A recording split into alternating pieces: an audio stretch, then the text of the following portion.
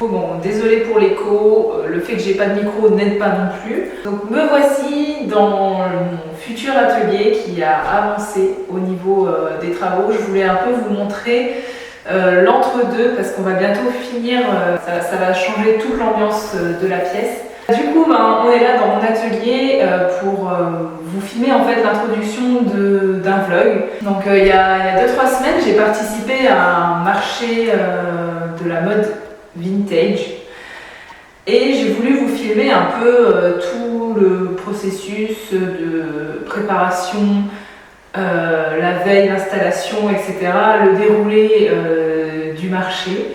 Aussi pour que moi ça me serve d'archive pour voir comment ça s'est passé, qu'est-ce qui aurait pu être amélioré, etc. Et du coup, pourquoi pas vous le partager pour que éventuellement, déjà vous voyez à quel point les choses peuvent être galères de mon côté et comment je peux être du coup attachée à mon rêve et aussi si ça peut aider certains d'entre vous à poursuivre ces rêves malgré les difficultés. C'est que du positif au final. J'en profite quand même pour vous montrer un peu des photos de l'avancée des travaux, de la pièce dans laquelle je suis, que vous ne voyez pas en entier, mais qui du coup sera mon atelier d'ici la fin de l'année. Normalement ce sera à peu près comme ça que je filmerai mes prochaines vidéos, sauf, je ne serai pas sur le tabouret et il y aura des couleurs et des trucs dans le fond. Trêve de bavardage, je vais vous laisser avec le vlog et puis n'hésitez pas à me dire si vous avez aimé. Je vais essayer de vlogger aussi les prochains marchés que je vais préparer pour un peu voir aussi moi mon évolution dans le temps et puis vous pour que vous puissiez vous inspirer ou voir un peu mon évolution dans le temps et les galères. Et voilà, j'espère que ce vlog va vous plaire. Je ne sais pas du tout ce que ça va donner parce qu'à l'heure où je tourne cette intro, j'ai pas du tout commencé le montage du vlog. Mais je sais très bien comment cette journée s'est passée et comment elle s'est terminée. Et voilà, donc je vous laisse avec ça et je vous fais de gros bisous. À bientôt. Allez, J-1 dans le salon de la mode vintage. Là, je me dirige vers la voiture qu'on a chargée hier et je vais découvrir à quel point elle est chargée.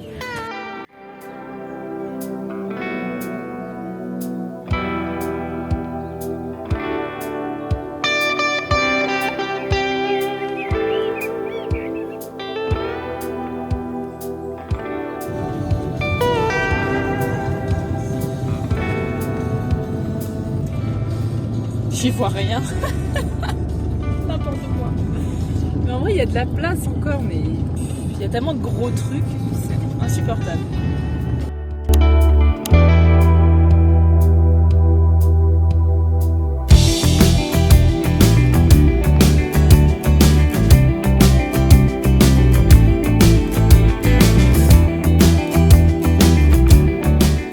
Maintenant que le mode mute du micro est enlevé, on va pouvoir parler ensemble et je vais pouvoir vous accompagner en voix off pour vous expliquer un peu le cheminement de cette journée et vous accompagner dans la compréhension de cette vidéo.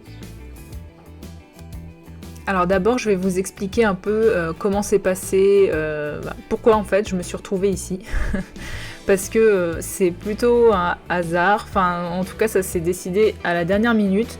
Parce que j'avais postulé vraiment par hasard, j'avais envoyé mon dossier par hasard aux organisateurs de ce marché, en fait pour anticiper l'année prochaine, pour faire un budget et savoir combien ça allait me coûter.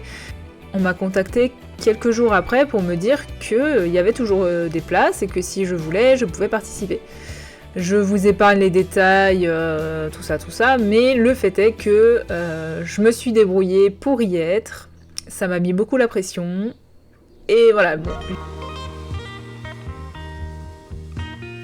Le fait de transporter tout ce matériel dans ces conditions augmente le risque de casse. Et comme c'est du matériel d'époque, c'est d'autant plus fragile.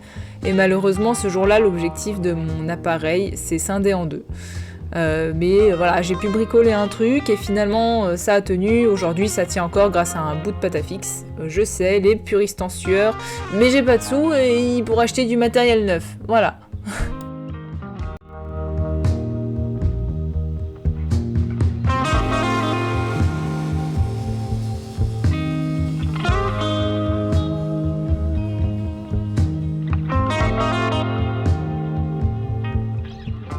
Donc j'ai continué à monter mon stand, j'ai affiché mes prix et vraiment pendant 2 jours j'ai entendu beaucoup trop de fois que c'est trop cher. Mais maintenant vous, spectateurs des backstage, vous qui voyez un peu le travail derrière ce stand aux allures victoriennes, est-ce que vous trouveriez aussi ça cher ? Pour ma part, j'ai eu du mal au début de ma carrière, entre guillemets, à fixer les prix justes. Évidemment, on se met plus à la place de l'acheteur que du créateur et on trouve ça vertigineux. Et finalement, quand on arrive à s'ancrer dans notre art, qu'on soit photographe, céramiste, illustrateur ou autre, on finit par se sentir de plus en plus aligné avec notre art et on connaît notre valeur et tout le travail qu'on fournit derrière.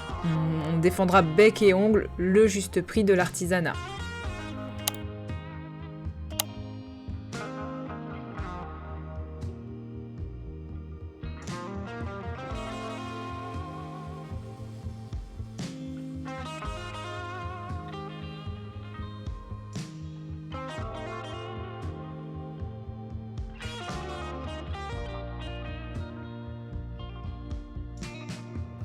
Finalement, après tout ce remue-ménage, on a pris un moment pour se poser dans un petit resto qui fait aussi boutique d'artisanat et j'ai pris 3 minutes pour poster des stories de la mise en place sur Instagram. Après ce court moment de repos, le calme avant la tempête, on a bien profité et puis c'était déjà l'heure de rentrer pour être sur le salon demain à 8h.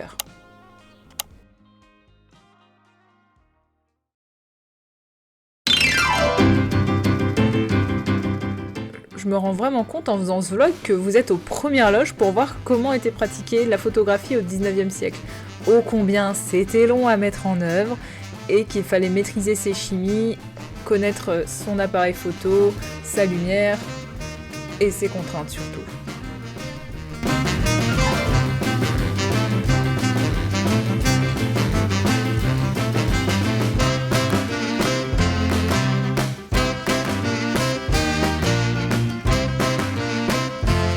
Je vais vous laisser avec quelques images du coup de ma préparation, la préparation des chimies et aussi les premières plaques test où il faut que je vois si mes produits sont bons, s'il n'y a pas eu de problème pendant le transport, que tout marche bien aussi, que tout soit fluide pour quand les clients viendront se faire tirer le portrait. Et puis une fois que tout ça c'est fait et mis en place, qu'on est bien en place et prêt à accueillir du monde, on va vite fait faire un tour quand même de tous les exposants, histoire de voir ce qui se fait dans le marché avant que la foule débarque.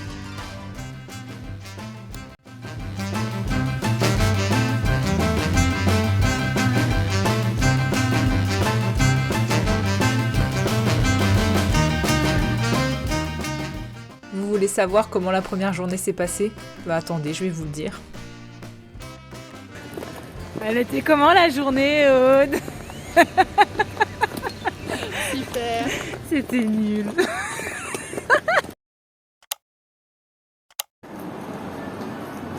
Jour de merde numéro 2. Vous imaginez bien que les jours sans clients se sont enchaînés.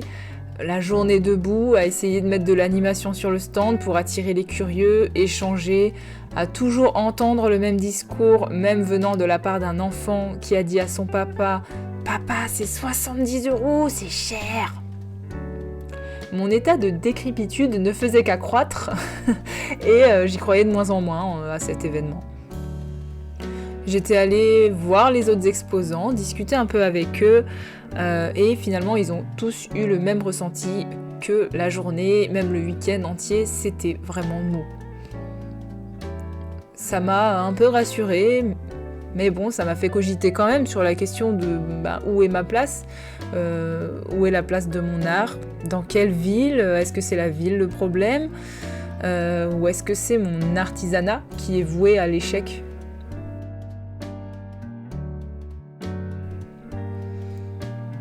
Mais finalement, une chose était certaine, c'est que j'allais avoir au moins une cliente et c'était elle.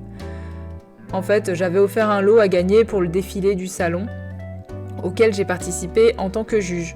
Et j'ai énormément apprécié son look rétro des années 90, puisque c'était l'époque qui était à l'honneur ce week-end. quand on lui a décerné la 3e place et que je lui ai offert le bon pour venir se faire prendre en photo sur mon stand, elle était vraiment aux anges. Et c'était vraiment incroyable. Elle m'a dit qu'elle était venue juste pour ça. Et en fait, elle a participé au concours pour avoir ce lot, mais en n'y croyant pas du tout. Du coup, elle était super surprise et ça a bien comblé ma journée. Ensuite, après son départ, les heures étaient interminables. Et c'est sur cette note douce amère que le week-end a pris fin, avec au final une seule et unique cliente qui s'est offert un portrait 30 minutes avant la fermeture des portes. C'est sur ces images que ce vlog va se terminer. Et il était un excellent moyen pour vous parler de mes 2 fidèles acolytes que vous allez certainement recroiser dans mes vidéos. Elles ne sont pas du tout du même monde que moi et j'ai l'impression de les embarquer malgré elles dans mes folies, mais elles sont investies pour m'aider et ça m'apporte beaucoup de force. Elles me filment, m'aident à monter le stand et parfois même m'aident dans ma pratique et gèrent les ventes pour moi sur les marchés si par moment je suis occupée avec d'autres personnes. Ce sont vraiment des amis en or et je les remercie énormément d'être toujours à mes côtés.